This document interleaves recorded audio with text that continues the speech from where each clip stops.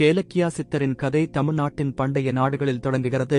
அங்கு அவர் ஒரு சாதாரண குடும்பத்தில் பிறந்தார். சிறுவயதிலிருந்தே அவர் வேறுபட்டவர், ஆன்மீகத்தில் மற்றும் பிரபஞ்சத்தின் ரகசியங்களில் ஆழ்ந்த ஆர்வம் கொண்டவர். பெரிய முனிவர்களின் போதனைகளால் ஈர்க்கப்பட்ட அவர் ஞானத்தையும் முதற்கொண்டு மேன்மையை அடையவும் தனது கிராமத்தை விட்டு பயணமானார்.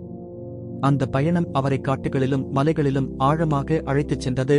அங்கு அவர் பல யோகிகளையும் ஆன்மீக முதல்வர்களையும் சந்தித்தார். ஒரு நாள் கேலக்கியா சித்தர் ஒரு சக்தி வாய்ந்த சித்தரை சந்தித்தார். அவர் இயற்கையின் சக்திகளை பயன்படுத்தி அதிசயங்களைச் செய்தார். இளம் தேடலாளரின் உறுதி சித்தத்தால் ஈர்க்கப்பட்ட அந்த சித்தர் அவரை தன்னுடைய சீடராக ஏற்றுக்கொண்டு சித்த வைத்தியம், தியானம், யோகத்தை கற்றுக் கொடுத்தார். தனது குருவின் வழிகாட்டுதலின் கீழ் கலக்கியா சித்தர் தனது மனதையும் உடலையும் கட்டுப்படுத்தும் கலைகளை கற்றார். ஆன்மீக உயர்வை அடைந்தார். அவரது வளர்ச்சியின் போது அவர் அதிசயங்களைச் செய்தார். நோயாளிகளை குணப்படுத்தினார். தேவைப்படுபவர்களுக்கு கருணை காட்டினார். கிராமத்தினர் அவரை ஆன்மீக வழிகாட்டியாக கருதினர். ஆனால் கலக்கியா சித்தர் எப்போதும் தன்னை தாழ்மையாகவே வைத்திருந்தார். அவரது சக்திகள் தன் சொந்தம் அல்ல, தெய்வத்தின் வெளிப்பாடு என கருதினார். அவர் மக்கள் மீது எளிமையான வாழ்க்கை வாழும் முக்கியத்துவத்தை, இயற்கையை மதிப்பதையும் உலகியலான இன்பங்களை தவிர்த்து உள்ளார்ந்த அமைதியை நாடுவதையும் போதித்தார்.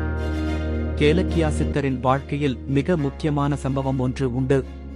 ஒருமுறை அந்த பிரதேசத்தில் கடுமையான வறட்சி ஏற்பட்டது.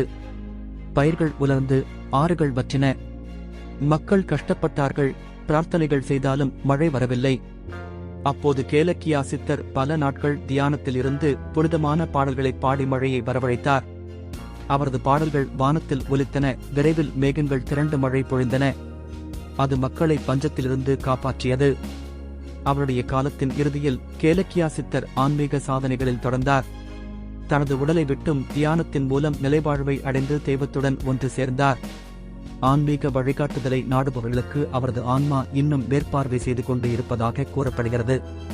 கேலக்கியா சித்தரின் பாரம்பரியம் அவரது போதனைகளாலும் சித்த வைத்தியத்திலும் வாழ்ந்து வருகின்றது. இது இன்று மக்கள் குணமாகவும் ஊக்கமளிக்கவும் செய்கிறது. அவரது வாழ்க்கை பக்தி, தாழ்மை மற்றும் உள்ளார்ந்த உண்மையை தேடுவதன் சக்திக்கு சாட்சியமாக நிற்கின்றது.